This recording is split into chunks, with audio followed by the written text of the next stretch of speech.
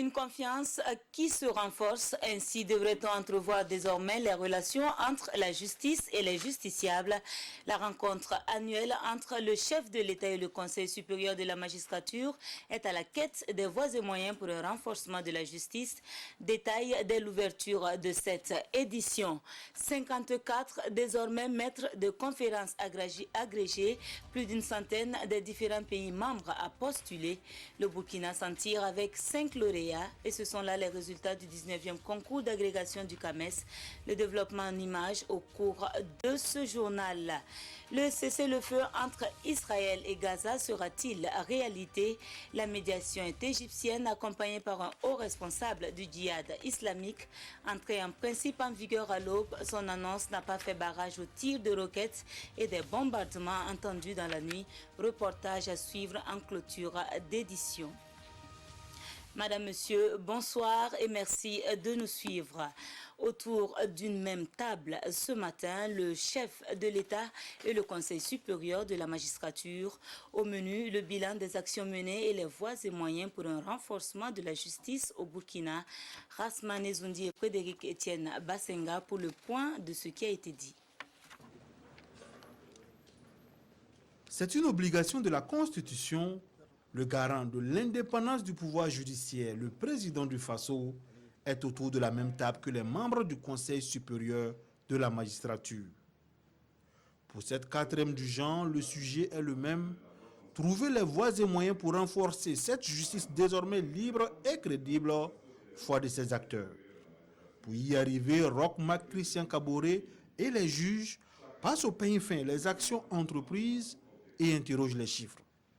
S'il est vrai que beaucoup reste encore à faire, il ressort néanmoins de cette analyse que de plus en plus les Burkinabés font confiance en leur justice. Nous avons relevé que du point de vue de l'efficacité, du point de vue même de la saisine des juridictions, il y a un léger mieux. Les populations, comme pour dire que contrairement à l'idée couramment répandue, on n'a pas confiance à la justice, curieusement, les saisines des juridictions se sont améliorées. Il y a eu beaucoup plus de saisines sur l'ensemble du territoire. Donc, si vous n'avez pas confiance en une structure, vous n'y allez pas. Surtout que, vous savez, vous n'êtes pas sans ignorer qu'au niveau du Burkina, vous avez des structures parallèles de justice. Je vais parler des groupes d'autodéfense, notamment. Mais malgré ce phénomène, la justice continue à enregistrer beaucoup de saisines. Donc, cela veut dire ce que ça veut dire. Et cela nous encourage à effectivement persister à l'œuvre et nous mettre davantage au travail et essayer de stimuler tout ce qui peut être stimulé afin que le travail avance.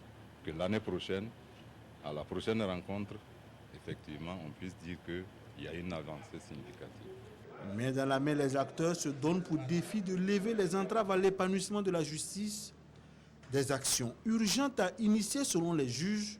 Il y a l'autonomisation du Conseil supérieur de la magistrature en lui dotant d'un budget et d'un siège, la création d'une école de la magistrature et la réouverture du concours de la magistrature bloqué depuis maintenant 2 ans. Autre point majeur de la politique du gouvernement, la promotion du genre. Un référentiel a été adopté dans ce sens par l'État burkinabé en 2009 et ce pour une décennie. Aujourd'hui, quel bilan établit-on au sein du Conseil national pour la promotion du genre? Les travaux se sont déroulés ce matin, présidés par le Premier ministre. Et au-delà du bilan, il s'agit d'élaborer des perspectives pour la période 2020-2024. Paul David Bambara et Amandine Lalsaga.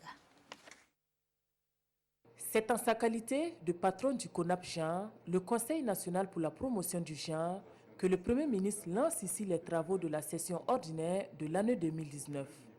Il s'agira pour ses participants, membres du CONAP Genre, d'apprécier les résultats de la mise en œuvre de la politique nationale du genre 2009-2019. Le Premier ministre Christophe-Marie Joseph Dabiré réagit aux préoccupations soulignées par les partenaires techniques et financiers. La relecture du Code des personnes et de la famille, ce n'est pas simplement un document qui doit émaner du gouvernement, de quelques intellectuels qui croient connaître bien nos sociétés et qui peuvent définir un peu les orientations de la place de chacun de nous dans ce dispositif.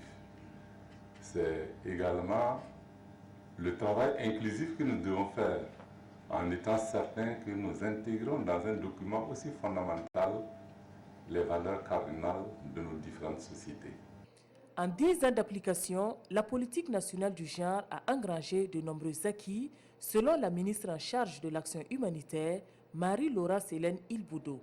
Elle invite par ailleurs le gouvernement à s'impliquer davantage dans la lutte contre les inégalités des sexes au Burkina. Il est important que mes collègues se penchent un peu sur cet aspect pour non seulement inclure les stratégies dans leur stratégie le genre et allouer des budgets à cela, parce que le genre, ce n'est pas une question d'égalité sociale ou juridique ou de droit, c'est économique. Les recommandations issues de cette session ordinaire serviront de base pour l'élaboration d'une nouvelle stratégie de la politique nationale du genre. Elle s'étale sur la période 2020-2024. La promotion du genre qui s'accompagne de l'implication des femmes dans la gouvernance, surtout sécuritaire par les temps qui courent. Cela nécessite au préalable un état des lieux de la dite implication dans les différentes régions militaires. C'est ce que fait la plateforme des organisations de la société civile appuyée par le NDI et le PNUD. Les résultats de l'étude serviraient à terme d'outils d'aide à la décision pour les acteurs de la gouvernance sécuritaire. Paul David Bambara et Sanouha Christine Koulibaly. De cette étude réalisée dans les 3 régions militaires du Burkina, il ressort une faible implication des femmes dans la gouvernance sécuritaire. Pourtant, ce n'est pas une base juridique favorable à l'implication des femmes dans la gouvernance sécuritaire qui fait défaut. Le problème se trouve au niveau de la mise en œuvre, au niveau de l'application, au niveau des pratiques, au niveau des postures, des logiques décisionnelles, au niveau des paradigmes, des états d'esprit. Donc il y a tous ces aspects qui font qu'il y a des réticences, il y a des freins, il y a des conceptions qui font que le genre n'est pas suffisamment pris en compte. Des Amazones, le Burkina Faso en a connu dans son passé et en compte aujourd'hui encore. Difficile donc pour la plateforme des organisations de la société civile sur la réforme et la gouvernance de la sécurité de penser sécurité sans penser genre. 52% de la population au Burkina elle est féminine et le contexte sécuritaire actuel n'est pas sans nous interpeller sur la nécessité d'impliquer toutes les forces d'où qu'elles viennent pour que la question de sécurité soit vraiment une question maîtrisée. Cette étude sur la prise en compte du genre dans la gouvernance sécuritaire, amendée et enrichie, devrait servir d'outil d'aide à la décision aux acteurs impliqués dans la réforme de la gouvernance sécuritaire au Burkina Faso. Et l'implication ne se fera pas seulement au niveau des femmes. Le président de l'Assemblée nationale appelle les partis politiques à la conjugaison d'efforts dans cette lutte contre le terrorisme. C'est tout le sens de la visite de Alassane Bala Sakandé au siège de l'ADF-RDA. Le témoignage de Adama Guiti et Mamadou Ba. Échange de civilité entre Alassane Bala Sakandé et Maître Gilbert Noël Ouedraogo au siège du Parti de l'Éléphant. La rencontre s'inscrit dans un programme du président de l'Assemblée nationale de rendre visite à tous les partis politiques représentés au Parlement. Il y a eu une participation active des députés de la DFRDA au niveau de l'Assemblée. Et donc nous avons saisi l'opportunité de cette visite, l'occasion pour dire également qu'est-ce que nous avons apporté comme innovation au niveau de notre Assemblée. Et donc ce qui veut dire que dans ce même esprit, nous travaillons dans un consensus et l'occasion faisant le larron, nous avons estimé que la situation sécuritaire aussi, qu'on puisse se parler et que nous puissions travailler à vivre en bonne intelligence, qu'on puisse conjuguer également nos efforts pour lutter contre le terrorisme au Burkina Faso.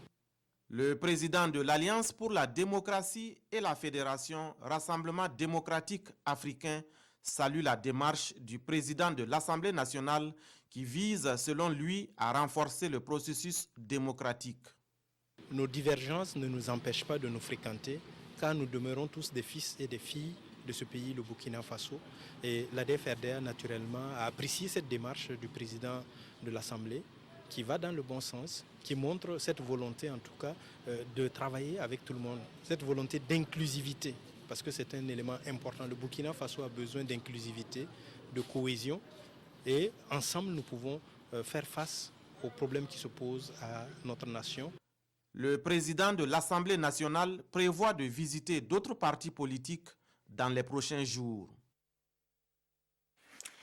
Dans la dynamique de la lutte contre l'insécurité, chaque parti est appelé à jouer son rôle et plus si besoin en était afin que revienne la paix au Faso. Dans ce sens, les gouverneurs des 13 régions ont été convoqués ce matin du 14 novembre au ministère de l'administration territoriale. Des directives claires leur ont été transmises. Isiaka Ouedraogo et Sanouhan Christine Koulibaly. Le ministre d'État Siméon Sawadogo face au gouverneur des régions du Burkina. Une rencontre pour, dit-il, engager davantage ces dépositaires de l'autorité de l'État dans les régions à l'action. Car jamais la nation burkinabé n'a été autant agressée et menacée. Je ne pense pas qu'il faut chaque fois que les gouverneurs nous appellent pour ça, qu'est-ce qu'on fait?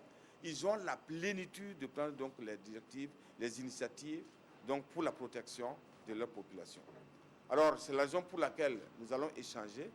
Chaque gouverneur fera donc la situation de sa région. Nous allons en faire un rapport global qui sera transmis au Premier ministre et à son Excellence, Monsieur le Président du Faso. Le président du Faso, qui dans son adresse du 7 novembre dernier, a lancé un appel aux volontaires pour aider à sécuriser le territoire. Il en sera aussi question au cours de cette rencontre. Il est vrai que le ministre de la Défense, le ministre de la Sécurité et bien donc l'ensemble donc des techniciens vont faire un travail pour que nous ayons des textes qui vont encadrer cela. Mais il est nécessaire que les gouverneurs soient imprégnés d'abord de l'esprit de cette directive du président du Faso et également qu'ils prennent donc la mesure de leur rôle en tant que représentant du gouvernement dans leur circonscription. Des circonscriptions dans lesquelles ces gouverneurs sont appelés à entreprendre des démarches anticipatives de prévention et de gestion des conflits communautaires. Dans cette lutte contre le terrorisme, le président du Faso appelait il y a de cela quelques jours les citoyens à se constituer volontaires pour la défense de la nation. La mesure, depuis lors, fait l'objet de plusieurs analyses et prises de position. Des commerçants réunis au sein d'un syndicat ont décidé d'y apporter leur adhésion.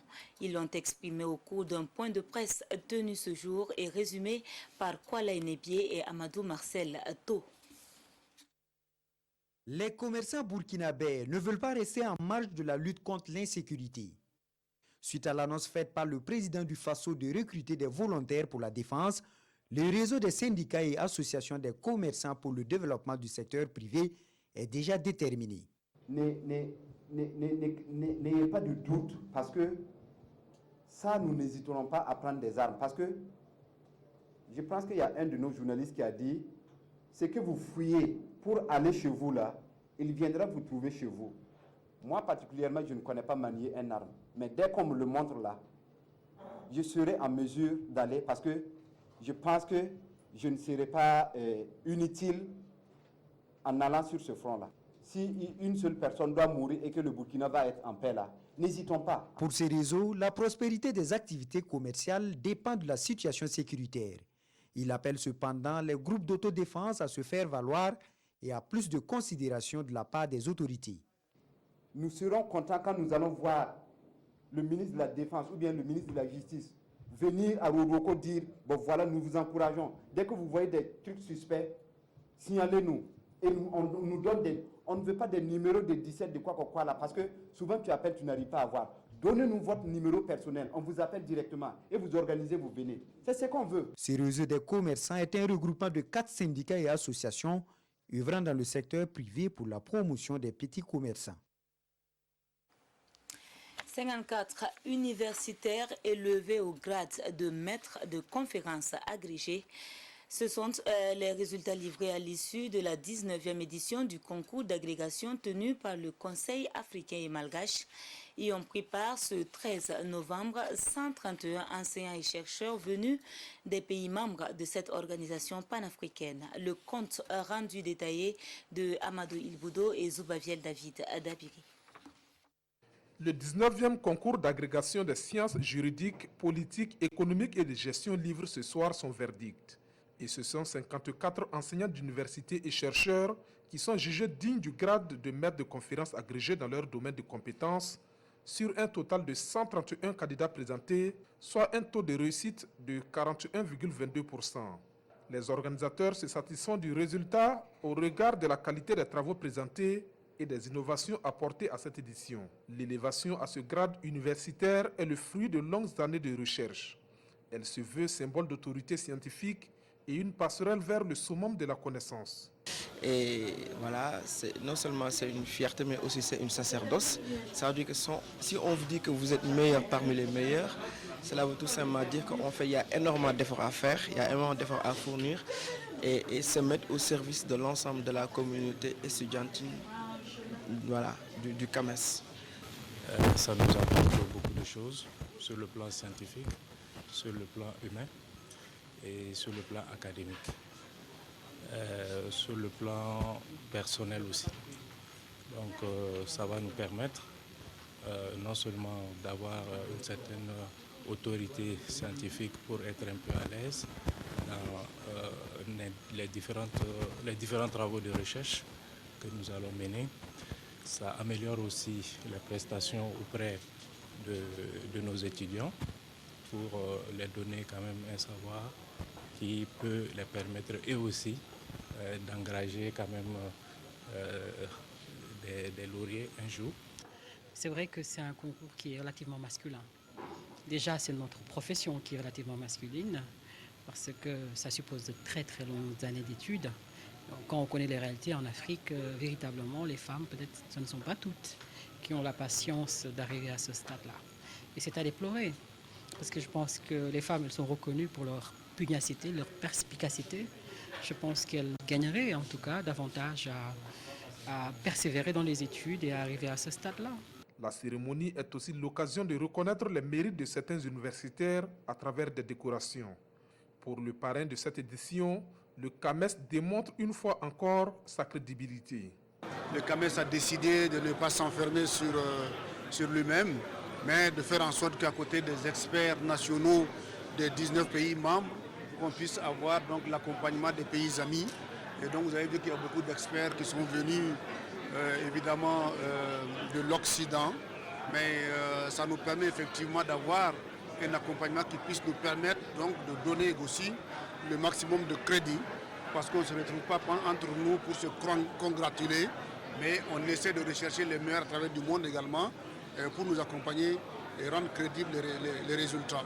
La 20e édition de ce concours est prévue en 2021 au Mali et selon le secrétaire général du CAMES, Bertrand Bachi, d'autres innovations seront au rendez-vous en vue de faire de cette institution panafricaine un sanctuaire de la connaissance académique et une référence dans le monde. L'Observatoire national de l'économie territoriale, c'est le nouvel instrument du ministère de l'économie, des finances et du développement.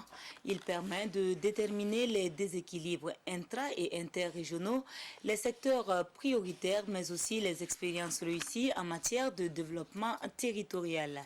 Les acteurs locaux s'en imprègnent déjà pour une meilleure vulgarisation. Partons à la découverte de cette innovation avec Idrissa Warga et Estelle Judith Assogba. Les objectifs de l'ONET, l'Observatoire national de l'économie territoriale, sa mission et son dispositif de collecte et de traitement des données sont expliqués ici aux acteurs locaux de développement. Ils prennent ainsi connaissance de cet outil d'éveil et de prospective mis en place depuis 2014 par le ministère de l'économie, des finances et du développement. C'est une plateforme qui intègre plusieurs indicateurs, environ 368, dont la mise en place se fera de manière progressive. Nous avons déjà identifié près de 150 indicateurs que nous allons suivre dans un premier temps, qui va vraiment permettre de cerner les réalités du Burkina Faso, des territoires, et en plus de ça, faire connaître les disparités qui existent entre les régions pour permettre d'orienter les investissements futurs. L'objectif de cet outil est de fournir aux acteurs du développement une aide à la prise de décision, aux institutions d'enseignement et de recherche, une base de données spécialisée pour les travaux de recherche dans le domaine de l'économie territoriale. Vous savez que pour agir, il faut connaître le milieu. Il faut savoir quelles sont les actions qui doivent être mises en place dans ce milieu plutôt que dans un autre. Donc ça permet déjà de connaître quel type d'action, d'orienter les investissements sur le territoire, savoir dans telle région il y a telle potentialité. Donc il serait plus avantageux d'aller dans le sens de tel investissement plutôt que de l'autre. À cette rencontre, ces acteurs devront donc cerner tous les contours de cette plateforme afin de pouvoir suivre l'évolution des indicateurs socio-économiques de leurs territoires respectifs. 9 années d'existence pour le projet d'amélioration de la production agricole et de la sécurité alimentaire. Débuté en 2010 avec un budget de 58 milliards, le PAPSA avait alors pour ambition d'accroître les productions vivrières et assurer une plus grande disponibilité des produits sur le marché. Que retenir à ce jour de la mise en œuvre du projet? Les acteurs dressent un bilan ce 13 novembre. Nous en avons les détails avec Moussa Tambora et Momoni Barou. Après 9 ans d'activité sur le terrain, le PAPSA, projet d'amélioration de la productivité agricole et de la sécurité alimentaire, est presque en fin de mission au Burkina Faso. Cette rencontre est donc l'occasion pour les acteurs concernés par le projet d'évaluer le niveau d'exécution du projet. Nous pouvons dire que les chambres d'agriculture qui représentent la profession agro-silvopastorale, halieutique et faunique est en même temps contente et triste. Parce que quand on regarde l'intervention du projet PAPSA au sein des chambres d'agriculture, c'était à la limite le tout premier partenaire qui accompagne les différentes chambres, notamment dans l'accompagnement des producteurs. Le bilan est assez éloquent. En attendant qu'on tire, n'est-ce pas, les leçons de cette troisième et dernière session. Au niveau de la production animale, on a dit, les secteurs qui sont couverts, c'est entre autres le lait, l'élevage de la volaille, du porc, l'embouche bovine ou ovine. Ça, c'est vraiment assez important. En termes de production, j'allais dire, en termes environnementaux, vous avez, n'est-ce pas, la promotion des PNFL, c'est les produits forestiers non ligneux. Donc, tous ces avantages comparatifs font qu'au niveau du département, nous pouvons dire que le PAPSA a une mise en œuvre. On peut se satisfaire d'ores et déjà. Dans la même dynamique, les partenaires techniques et financiers se félicitent des acquis engrangés. Et pour arriver à ces résultats, la Banque mondiale a dû soutenir l'État burkinabé à hauteur de 58 milliards de francs CFA.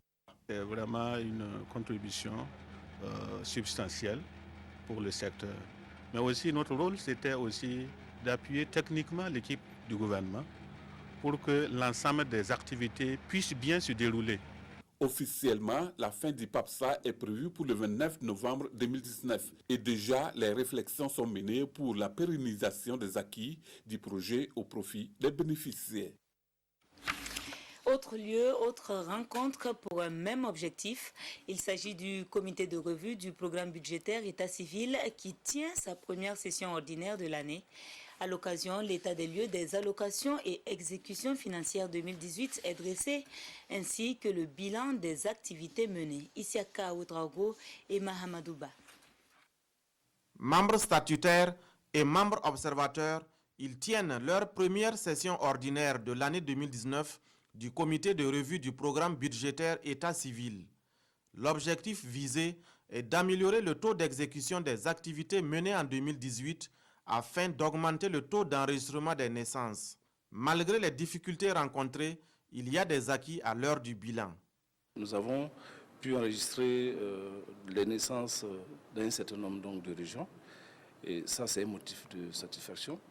Nous avons également mis à la disposition des collectivités, également des acteurs, du matériel de travail. Là aussi c'est un motif de satisfaction. Nous avons pu élaborer un plan d'extension de 500 centres d'état civil. Là aussi, c'est un motif de satisfaction. L'Union européenne accompagne la mise en œuvre de la stratégie nationale de l'état civil 2017-2021 au Burkina. Et la présente session se tient grâce à l'appui financier de l'UNICEF. Ce sera l'occasion de faire le point et vraiment pour essayer de comprendre pourquoi il y a des goulots et comment on doit intervenir pour permettre d'accélérer l'exécution de ce plan opérationnel de la stratégie afin que nous, dans ce contexte-là, on puisse vraiment apporter des solutions de plus en plus efficaces aux questions d'état civil. Le comité de revue se réunit 2 fois par an sur convocation de son président. Il est attendu des participants de faire des recommandations à même d'améliorer la mise en œuvre des activités du programme. Dans un autre registre, la COP25 se tiendra en décembre prochain. Il s'agit de la conférence des parties à la Convention cadre des Nations Unies. Et comme à l'accoutumée, le Burkina Faso sera présent pour défendre des sujets comme la réduction des gaz à effet de serre ou encore l'augmentation du budget alloué par les pays développés à la lutte contre les changements climatiques. Pour l'instant, un atelier regroupe les futurs participants pour un renforcement de leurs compétences. Nous voyons cela avec Nangbakuda et Monira Kéré. Les délégués nationaux à la 25e conférence des parties à la Convention cadre des Nations Unies sur les changements climatiques apprécient les enjeux majeurs de la COP25. Ils prennent aussi connaissance des positions à défendre en tant que membres du groupe des pays les moins avancés. Nous avons des intérêts que nous voulons défendre au cours de cette COP. Et il est tout à fait indiqué que l'ensemble des délégués qui participent donc à cette conférence puissent connaître ces enjeux et soient en mesure donc de les défendre et de manière à ce que notre participation soit optimale. La question des finances reste l'enjeu majeur à cette COP25 et les délégués nationaux vont devoir affiner leurs arguments pour convaincre les pays développés à revoir à la hausse leurs engagements de réduire l'émission de gaz à effet de serre. Il y a un certain nombre d'éléments qui, s'ils ne sont pas opérationnalisés, s'ils ne sont pas mis en œuvre, ne vont pas nous permettre d'atteindre les objectifs qui sont fixés même, les objectifs de réduction des émissions de gaz à effet de serre et notamment la question des finances reste une question préoccupante parce que les pays développés ont pris un certain nombre d'engagements qui, jusqu'à nos jours, ne sont pas encore vraiment atteints.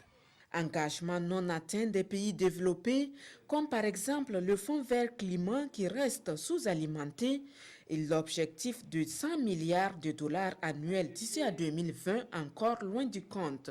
Des sujets qui seront largement défendus du 2 au 13 décembre prochain en Espagne, pays hôte de la COP25.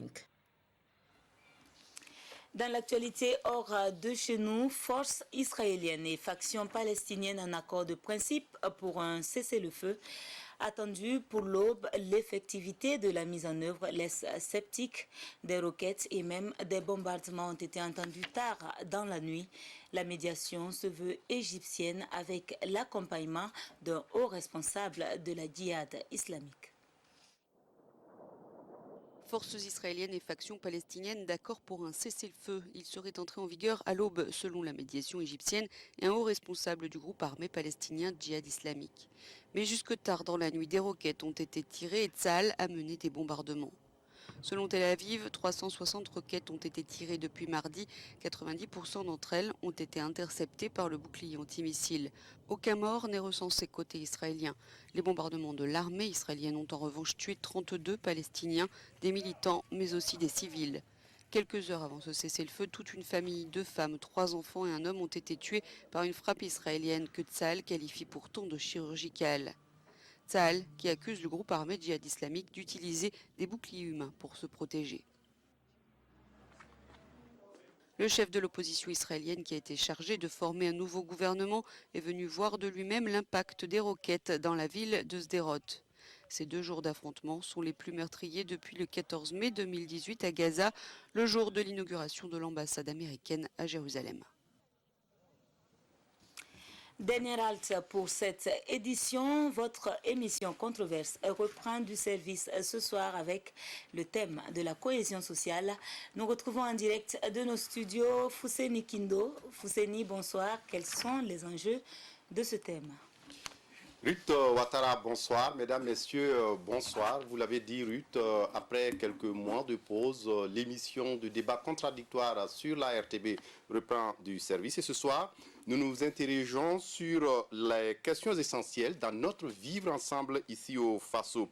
Depuis quelques années, on assiste à un délitement de l'État, une érosion de la paix sociale ici au Faso, une érosion marquée par l'anarchie, la violence, mais aussi l'incivisme. Mais comment expliquer l'effritement de vivre ensemble au Burkina Faso aujourd'hui? Qu'est-ce qui divise les Burkinabés? Comment réconcilier les Burkinabés entre eux? Ce sont là des questions et bien d'autres que se proposent de répondre nos invités. Et ce sont des chercheurs, des analystes politiques, des communicateurs, des membres de la société civile, mais aussi des représentants du gouvernement. Le public a la possibilité de participer à l'émission en appelant directement à l'émission. Et donc, Controverse, c'est juste après ce journal, à partir de 21h. Merci Fousseni Kindo. On vous retrouve donc dans un instant sur les antennes de la RTB. Mesdames, Messieurs, merci de nous avoir suivis. Je vous dis à demain. Bonsoir.